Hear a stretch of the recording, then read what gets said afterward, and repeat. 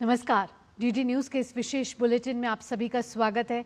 मैं हूं आपके साथ भावना नैयर और मेरे साथ है मेरी सहयोगी बीना सिंह, जो आप तक सांकेतिक भाषा में खबरें प्रस्तुत करेंगे। शुरुआत करते हैं सुबह की सुर्खियों के साथ। देश को आज मिलेगा पहला कंटेनर ट्रांसशिपमेंट बंदरगाह। प्रधानमंत्री नरेंद्र मोदी केरल में विझिंजम डीप वाटर पोर्ट का करेंगे उद्घाटन। आंध्र प्रदेश के अमरावती में भी 58,000 करोड़ रुपए की परियोजनाओं की करेंगे शुरुआत।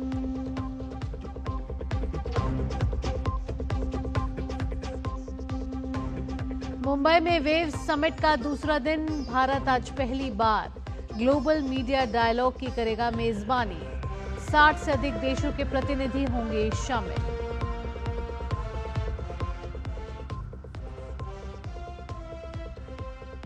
वित्त मंत्री ने रिकॉर्ड जीएसटी कलेक्शन को बताया भारतीय अर्थव्यवस्था की मजबूती का आधार। अप्रैल में 2.37 लाख करोड़ रुपए संग्रह के साथ जीएसटी में 12.6% की वृद्धि।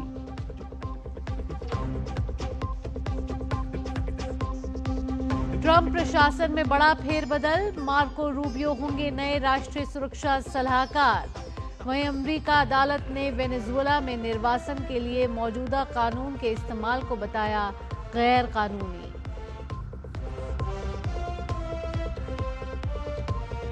और अब से थोड़ी देर में श्रद्धालुओं के लिए खुलेंगे केदारनाथ धाम के कपाट। 108 क्विंटल फूलों से सजा है बाबा का दरबार।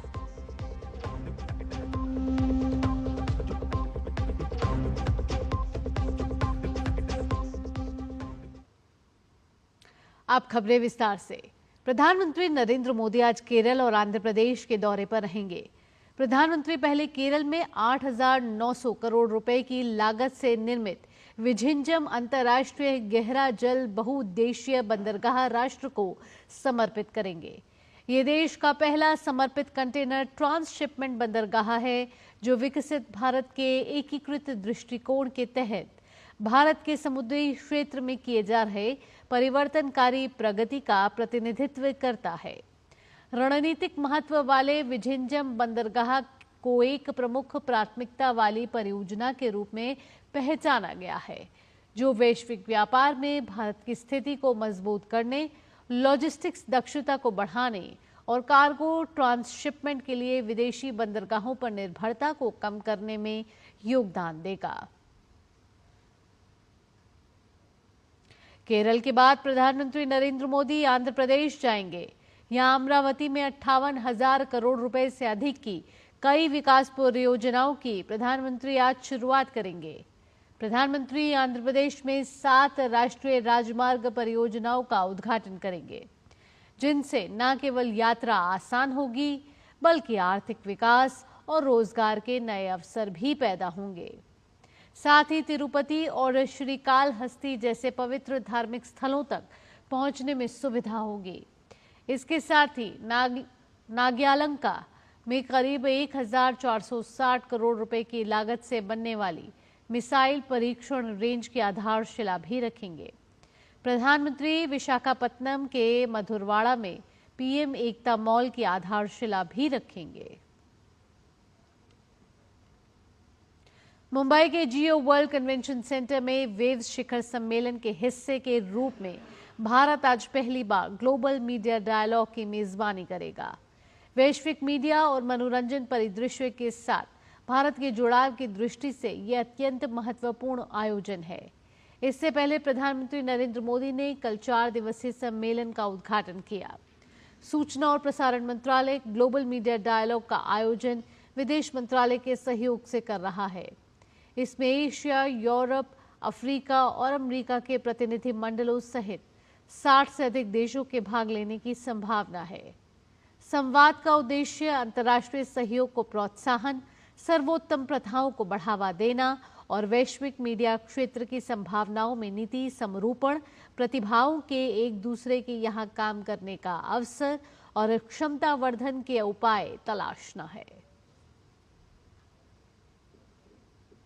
वित्त मंत्री निर्मला सीतारमण ने कहा है कि जीएसटी संग्रह का अप्रैल में रिकॉर्ड स्तर पर पहुंचना भारतीय अर्थव्यवस्था की मजबूती और सहकारी संघवाद की प्रभावशीलता को दर्शाता है। दरअसल अप्रैल महीने में जीएसटी कलेक्शन सालाना आधार पर 12.6% के उछाल के साथ 2,37,000 करोड़ रुपए के रिकॉर्ड पर पहुंच गया है।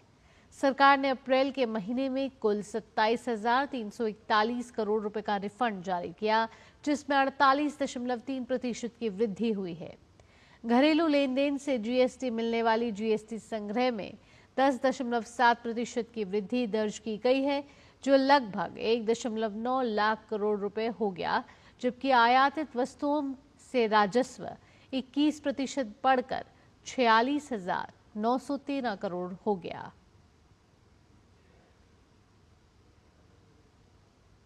बाबा केदारनाथ धाम के दर्शन आज से होंगे। अब से थोड़ी देर में मंदिर के कपाट पूरे विधि विधान के साथ खोले जाएंगे।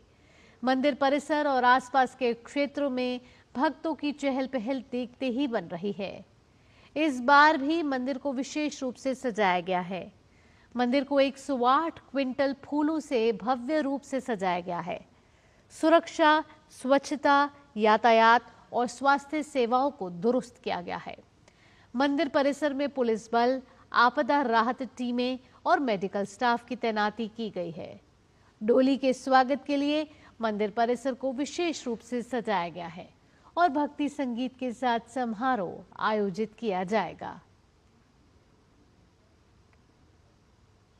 अमेरिकी राष्ट्रपति डोनाल्ड ट्रंप के दूसरे कार्यकाल में बड़ा प्रशासनिक फेरबदल हुआ है। ट्रंप ने विदेश मंत्री मार्को रूबियो को कार्यवाहक राष्ट्रीय सुरक्षा सलाहकार नियुक्त किया है। वे माइक वॉल्ट्ज की जगह लेंगे। ट्रंप ने गुरुवार को ऐलान तब किया जब माइक वॉल्ट्ज और उनके डेप्टी एलेक्स वोंग को ट्रंप प्रशासन से बाहर कर दिया गया। वहीं राष्ट्रीय सुरक्षा सलाहकार माइक वॉल्ट्ज को पद से हटाने के कुछ ही घंटों बाद उन्हें संयुक्त राष्ट्र में अमेरिकी राजदूत के लिए अगला उम्मीदवार नामित किया गया। माइक वॉल्ट्ज पर हुई ये कार्रवाई हालिया सिग्नल चैट में हुई चूक को लेकर की गई है। अमेरिका की एक अदालत ने ट्रंप प्रशासन के एलियन एनिमीज एक्ट के इस्तेमाल को गैर कानूनी बताया है। ये मामला कुछ वेनेजुएला प्रवासियों को निर्वासित करने का है। दरअसल ट्रंप ने वेनेजुएला के प्रवासियों को निर्वासित करने के लिए 18वीं सदी के युद्धकालीन कानून का उपयोग किया, जिसे अदालत ने गैर कानूनी बताया और ऐसा करने से रोक दिया। दिल्ली एनसीआर में मौसम ने एक बार फिर करवट ली है। आज तड़के लोगों को तेज बारिश के साथ आंधी का भी सामना करना पड़ा। आंधी और बारिश इतनी तेज थी कि लोग डर के मारे बस स्टैंड और दूसरी जगहों पर पनाह लेने को मजबूर हो गए। बिजली की गरज और चमक भी मौसम को खौफनाक बना रही थी। दिल्ली में जगह जगह पानी भर गया है, जिससे लोगों को परेशानी का सामना करना पड़ रहा है। आपको बता दें कि दिल्ली वासी पिछले 3 से 4 दिन से भीषण गर्मी से जूझ रहे थे। अप्रैल के आखिरी हफ्ते में तापमान 40 डिग्री के पार जा रहा था, लेकिन 29 अप्रैल से मौसम में बदलाव देखने को मिला और आज झमाझम बारिश ने लोगों को गर्मी से राहत दी है।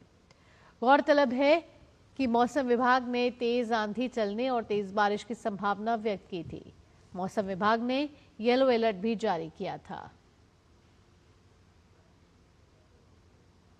इंडियन प्रीमियर लीग में आज होने वाले मुकाबले में गुजरात टाइटंस का सामना सनराइजर्स हैदराबाद के साथ होगा। गुजरात टाइटंस के 9 मैच के बाद 12 अंक हैं और टीम प्लेऑफ की दौड़ में फेवरेट के तौर पर शामिल है। वहीं सनराइजर्स हैदराबाद 9 मैच में सिर्फ 6 अंक हासिल कर सकी है और लीग में संघर्ष करती दिख रही है। फुटबॉल एसोसिएशन ने घोषणा की है कि 1 जून से इंग्लैंड में ट्रांसजेंडर महिलाएं फुटबॉल में नहीं खेल पाएंगी। ये निर्णय सर्वोच्च न्यायालय के उस फैसले के बाद आया है, जिसमें ये कहा गया था कि समानता कानून के तहत एक महिला को जैविक लिंग से परिभाषित किया जाता है। एफए की ओर से ये घोषणा स्कॉटिश एफए बोर्ड द्वारा ये निर्धारित किए जाने के ठीक एक दिन बाद आई है कि सीजन 2025-2026 की शुरुआत से केवल जैविक महिलाओं को ही प्रतिस्पर्धी लड़कियों और महिलाओं के फुटबॉल में खेलने की अनुमति दी जाएगी, जिसका संचालन स्कॉटिश एफए द्वारा किया जाता है।